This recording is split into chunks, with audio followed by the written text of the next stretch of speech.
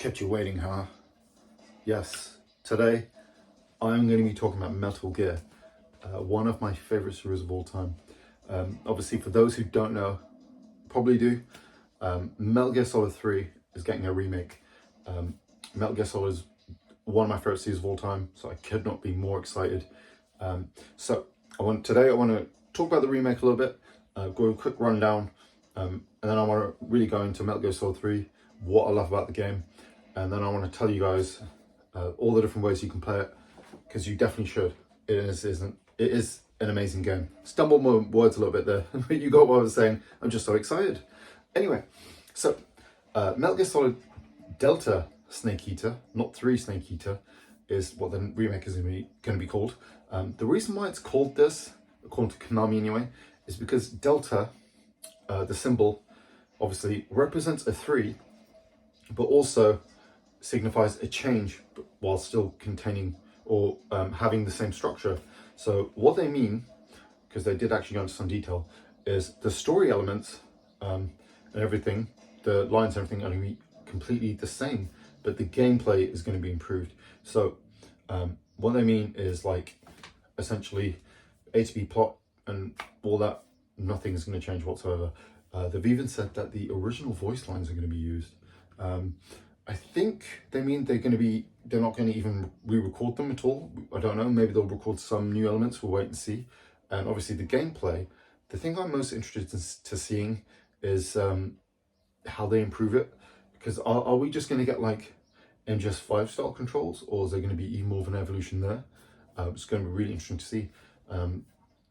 Obviously, they did show the teaser trailer, and it was a teaser, just CG thing. So don't expect to see anything of the remake for quite some time. I would imagine probably next year we'll start seeing stuff of it. And I don't expect it to be out any sooner than 2025 personally. Knowing what we do about game development and the like, you know. Because usually if a game is a bit further in development, they would have some gameplay to show. They did, though, show us some really cool screenshots. There was about 4 or 5 of them. We got to see some of the UI elements and some of the environments, similar stuff to what was in the original. So yeah, all really cool stuff. And obviously, you guys are probably thinking, what is MGS3? Okay, so Metal Gear Solid 3, to give a rundown of the story. Even though it's called 3, it's actually a prequel. It is the first game in the series chronologically. And in this game, we're actually playing as Big Boss before he was Big Boss. So this is basically the prequel to seeing how he becomes Big Boss, the events that lead up to it. So in this game, he's actually referred to as Naked Snake. And he's being sent on a mission into the Soviet jungle because there's a Russian scientist who's defected and is going to be joining America, or, you know, going to America. So our mission, it begins with us on a plane above the clouds, entering Soviet space, and we're going to be doing a halo jump down into the jungle. And then basically our mission, go into this base, grab Sokolov, which is the name of the scientist, extract him. But obviously things don't go that well for us, and there's someone completely unexpected who gets on our way, kind of betrays us, and then it kind of, mission's failed, and it goes from there. And then we have to basically return after some time. I think it was a year or so, or a couple of years, and then we have to actually go on and save Sokolov. We even return to the same area, which is really cool.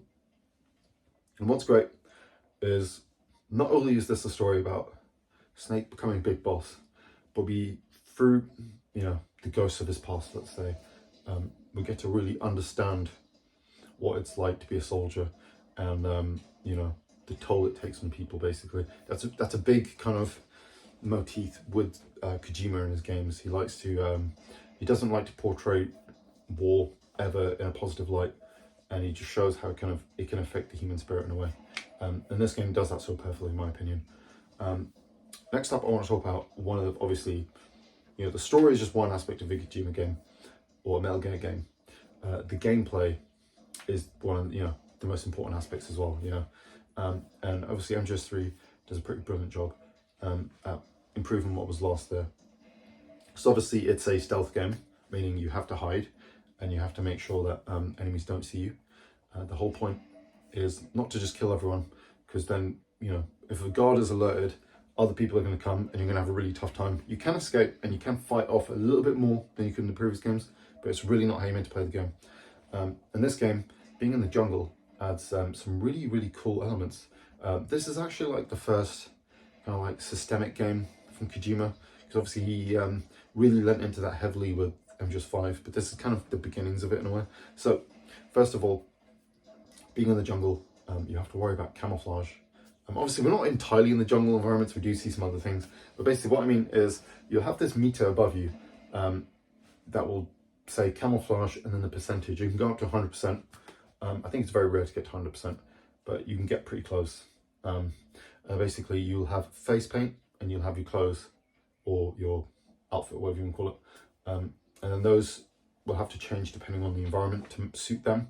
So then you'll obviously be camouflaged. So if you're in a grassy area, you need to wear the grass camo with the grass face paint. I was going to say makeup, but I guess it kind of is makeup in a way, right? Sort of soldier makeup, we'll call it.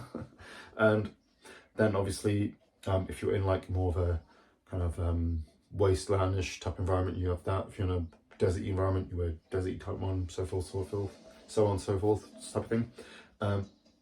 And yeah, it really adds that kind of extra dimension, because obviously, for people who don't know, in the earlier Metal Gear games, you kind of had to, it was basically you're either spotted or you're not, pretty much. And there was no kind of, the AI couldn't understand other states, whereas obviously it's improved massively in this one. And talking about AI, that's another really cool thing about this game, is that the soldier AI is even more advanced than it was before. Because obviously, MGS2, if you guys remember, soldiers could actually like, split off a little bit. You can have one, ask them to search. Whereas in this one, you can actually go into packs and split up to try to like pincer attack you and stuff. It's really cool. And yeah, you really have to be on your guard. That's kind of one of the key elements to a stealth game, is having like strong AI that can react to your movements. And you really have to be punished for being caught. And that's one great thing about it. But you can still fight, like I said, there is ways to exploit them and figure them out and get out of there. So it's a great balance anyway. That's one great thing about it anyway. But next up, another one of the great elements that's added to this game is this stamina meter. So obviously stamina meaning, the amount of energy you have, sort of thing. So obviously every action you perform, whether it's just movement, fighting, blah, blah, blah. Well, that's pretty much it. But you know what I mean? Your stamina will go down. I think it even decreases slightly anyway, as you're doing things. And then as it goes down, it like affects you in combat. So obviously you move slower. You can't aim quite as well, like aim will drop and stuff like that. And then also you'll be hungry. So you'll be like, your stomach will be rumbling, which means that enemies will be able to hear you, which is really cool. So obviously, as I explained with hunger, there's also, in the stamina gauge, there is also another thing you have to worry about, which is actually eating. Hence the name Snake Eater. So obviously you can hunt things like snakes, crocodiles, alligators, frogs, even like bees and stuff, and you can even get plants. And you basically have to eat these things, and then they'll increase your stamina. And that's obviously a plane has to fly by as I'm recording. That is always the way, isn't it? But yeah, you just basically, you take on these, you catch these different things and then you eat them to give you stamina. And what's really cool is there's like different tastes to them. So if you eat like a mushroom that tastes nasty, Snake will comment on it and be like, "Oh, disgusting," and it'll barely increase much. But if you have something that's really tasty, it gives you like a massive boost, which is really cool. Also, another cool thing is you can capture either live or dead prey, which is cool. So you can either use a tranquilizer gun, just like in a cage or something. You can only have so many captured ones, I think. And obviously you can take a few more alive ones, or dead ones, sorry, alive ones, you know what I mean? And obviously the dead ones, animals and the like, they will actually rot over time. And if you eat it when it's rotten, it'll actually make Snake sick, and you get to actually see him puke, which is really funny.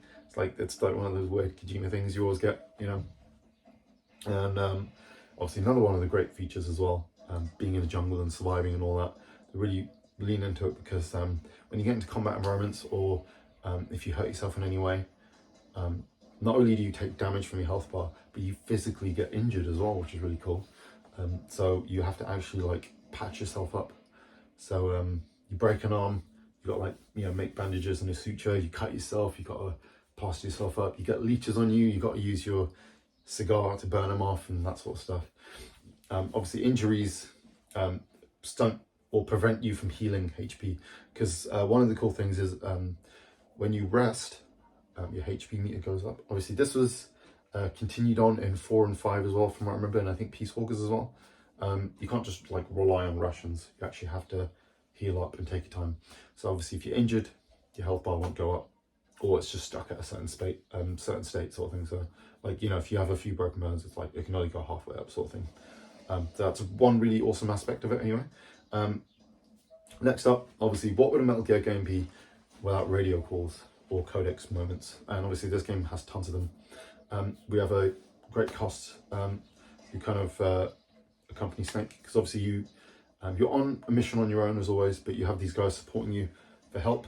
So obviously we have the Major, who's like the main guy. His name is Zero. He's the guy who you speak to. Mainly, he's your Campbell of the game. You know, he'll give you most support. And then you have the medic. She'll give you information on the wildlife and stuff like that. She also loves to talk about movies, which is really cool. So you get some great conversations. I think there's one bit where she talks about watching Godzilla and that being like the first movie experience she had, which is really cool. And then there was also, what's his name, like Siganth, I think his name is. He's the guy who knows about weapons and stuff, anything you need to know about that. Kind of like Nastasha Romanenko in the previous games. And then, yeah, you have a few other people who you speak to on the way. Really cool stuff as always. Yeah, I just remember like listening for hours just for the radio calls alone. It's really cool. There's even like special radio stations you can call and they play music, like period appropriate music, which is so cool. Another thing to mention is obviously it's a radio, not a codex. So like MGS2 and 4 and the like, you don't see like a 3D model of the person talking when you're speaking to them. You see Snake crouched down holding the thing there, and then you just have like a little portrait which you can slide between, so you can see him face on one side, the other side, and like another little pose kind of thing, which is kind of funny. Adds to the sort of aspect of it as well. And also one other thing, obviously being a Kojima game, you have all those awesome cutscenes, some over the top, really serious stuff, very you know, cinematic and just cool friggin' cutscenes. Obviously, just like in the previous games, we have the bad guy unit, or like, you know, the gang or whatever. So obviously you had Foxhound in the first Metal Gear, you had Dead Cell in 2, and in this game you have the Cobra unit, which again kind of falls into the whole Snake Eater thing, because he's like fighting off and killing these other snakes in a way to earn the ultimate title of Snake. The whole Cobra unit thing is kind of cool because each one of them are named after the different emotions they carry into battle, which is really cool. So you have the Pain, who obviously, I don't want to spoil too much in this, but he's like covered in these bees or hornets or wasps or something, and he's just like covered in stings and uses them to attack, which is really cool. Super over the top. That's one of the things I really love about Kojima. He can make an ultra serious like war is bad type game, but then he can have these ridiculous over the top comic book villains, which is great. And yeah, it's awesome. I'm not going to go too much more into the story, but yeah, it's great. That's all you need to know. And we really get a good insight as to why or what leads Snake into becoming Big Boss. And like I said, it's just the first of those games. It's actually a full trilogy. So we have this, and then Peace Walkers, which people forget or maybe don't know, was originally meant to be Metal Gear Solid 5, but because it was on the PSP, Kojima decided against calling it that. He just called it Peace Walkers. But that is actually the sequel to 3, so people know, and the one and what you should play after that. And then obviously you got MGS5, which is the complete in that trilogy. Ground Zeroes and then Phantom Pain. That's the complete story of Big Boss there anyway. Unfortunately, we didn't get to see the end of 5 and everything. I don't want to go into too much of a rant. But yeah, that's the whole thing, because the way things ended during the development of that game, obviously we all just assumed Metal Gear was never going to come back, but obviously thankfully that's not the case, and we finally got Metal Gear. Now I want to go over the different ways to play the game, which you definitely should. Obviously, you got the first game released in 2004, Metal Gear Solid 3 Snake Eater for the PlayStation 2. This, like I said, was the original release. This one obviously just has the base game. There is a battle mode type thing, Snake versus Monkey, where you have to like catch these monkeys. It's kind of like a Ape Escape meets Metal Gear Solid funny kind of thing, which is cool. Ape Escape was another like Konami thing. I think the first one was like one of the early titles for the original PlayStation, from what I remember. But yeah, really cool game. Before we get into the next version, one thing we need to explain is the camera system. So obviously this game uses the original camera system from Metal Gear Solid 1, 2 and Twin Snakes, where it's kind of like this dynamic camera where it changes depending on the scenario and on the screen sort of thing. So you can have an overhead view 1 minute, you can have a behind snake view next minute, you can have more of an isometric type view depending on the scenario. It works well enough, but the thing is this game had a lot of big open environments, so it kind of was incongruent with that type of a game. So obviously a year later, I don't have a copy unfortunately, but Metal Gear Solid 3 Subsistence was released. You know, just like 2, we had the Substance version that was like that. So this didn't just add a few extra things, it completely changed the camera system. So you had the full 360-degree camera like you do in basically every modern game. I don't know if this is true or not, but this is basically the first game I can think of that uses this type of camera, which is awesome. And it's just a game changer. It's amazing. Also, what's great, I can't remember if you can do it in the original PS2 version, but if you click the right analog stick, and it just switches straight back to the original camera. So you still have that option if you want to play with that original camera, which is cool. I prefer the newer one is better personally, but you know, it's there. Also another thing, this game did add like kind of another battle mode type thing, an online feature where you can fight against someone else in a stealth kind of thing. So this is actually the first iteration of an MG online, MGO sort of thing, Metal Gear Online type scenario. And I think there was some like camouflages that you could download, special ones from the servers and stuff. And then obviously, a few years after that, we had the next generation consoles, PlayStation 3 and Xbox 360, which if people don't know, there was kind of this big kind of thing that people did back then, or developers did, where they created the HD collections.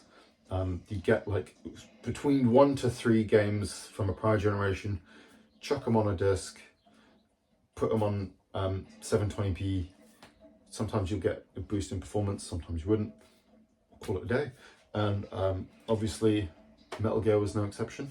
And believe it or not, this version, the Metal Gear Solid, this is the Legacy Collection, but it does contain the HD collection.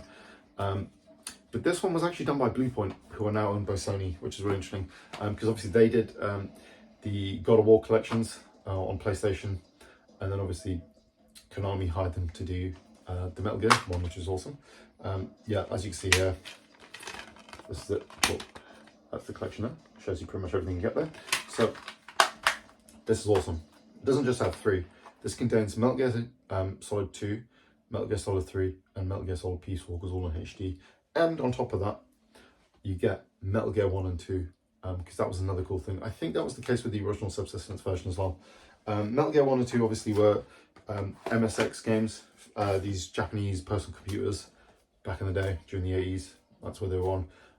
There was a port of the first Metal Gear game on the NES, but that's like, Kojima had nothing to do with that, and it kind of removed a lot of the stealth aspects. So, but for those interested, you also get those 2 games as well, which, you know, is amazing. Really interesting games. And then, obviously, after that, the PS Vita came out, which was Sony's second handheld. They didn't call it the PSP 2, they called it the Vita, because it meant life or something, even though they killed it pretty quick, ironically.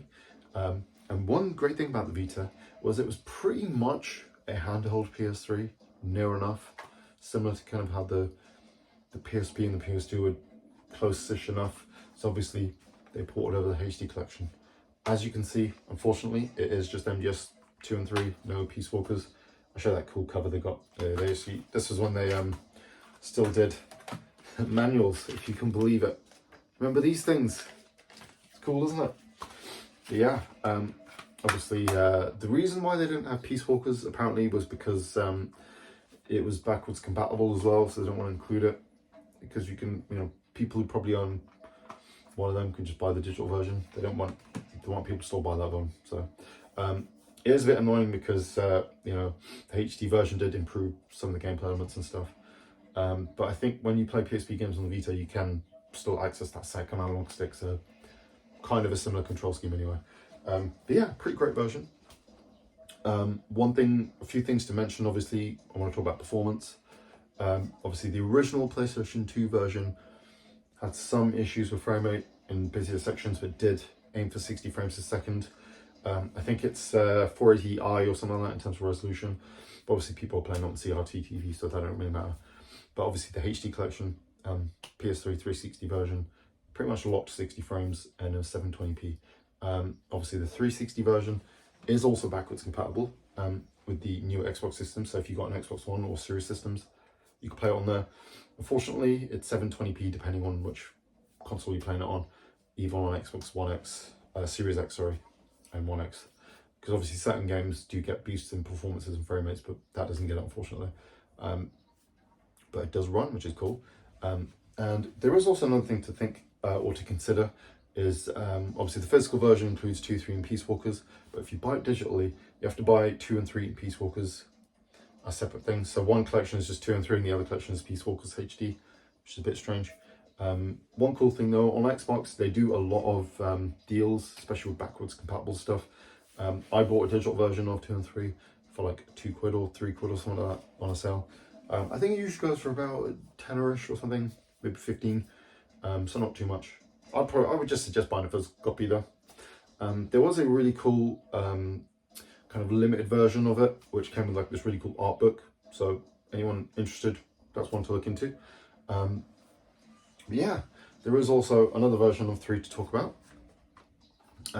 This is a really interesting one because it's not just a port. This is near enough like a full remake. So this version is actually on the 3DS, Metal Gear Solid 3D. So obviously the 3DS could do stereoscopic 3D without glasses. You just had that little slider and it made it work. So obviously, they could have so easily just ported the game, added 3D and called it a day, but they actually went the extra mile, and I'm actually holding it the wrong way around, what an idiot. And they actually went the extra mile and pretty much update the controls to play near enough like MGS4 / Peace Walkers. So yeah, that's pretty awesome, isn't it? So basically what I mean is that you can shoot while moving. You do the over-the-shoulder shooting either side, and even in first person. You can move and shoot while still in the crouched position as well, which is awesome. Just like in 4 and 5, where you can actually move when crouching. Because obviously in the older games, so either you can move when you're standing or prone on the ground. So that's really cool, adds that extra dimension. You do have like 3DS specific features, so you're going to get yourself the ability to use gyro controls for some things. Unfortunately, I think it's not even optional. So when you're walking on like branches and logs, you kind of have to balance it to move, sort of thing, which is a bit annoying. Still a cool little feature. And also you do have this really weird feature where you can use the camera to take pictures and then create camos in the game, which is cool. So if you want to take a picture of your face, your cat, or whatever, I don't know, copy of this game itself, the actual cover, and make a camo of it, you can, which is cool.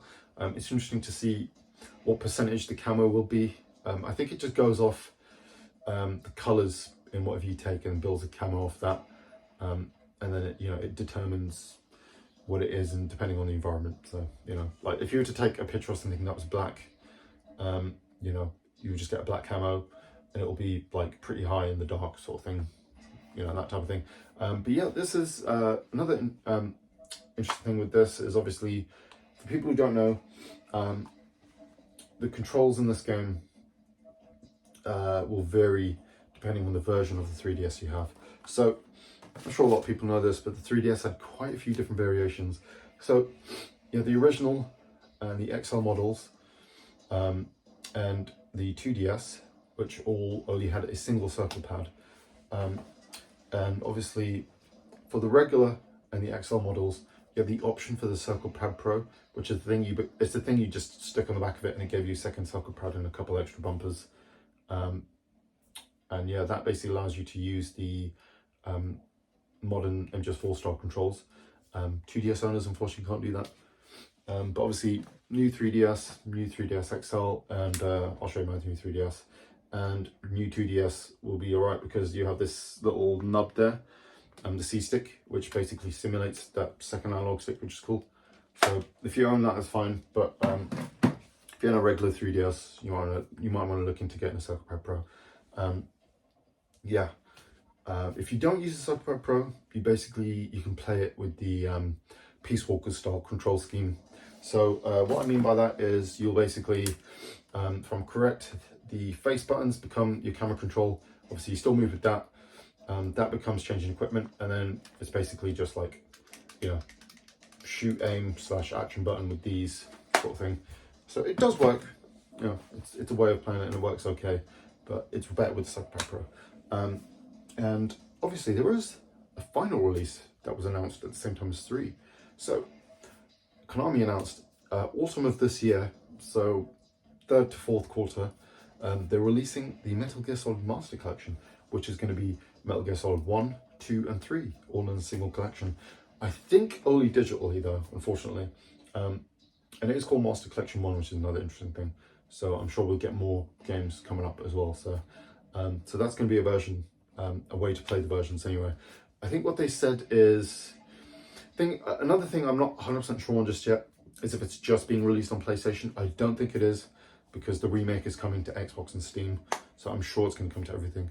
But according to the PlayStation Store page, from what I saw, the first game is going to be pretty much, looks like it's going to be the PlayStation version, just like, upscaled to HD, and then I think possibly I'm going to assume with the option for trophies, and then it looks like 2 and 3 are going to be the HD collection versions, so you're pretty much just getting those versions, I'm assuming, with a bit more for bump and resolution too, depending on the system, maybe.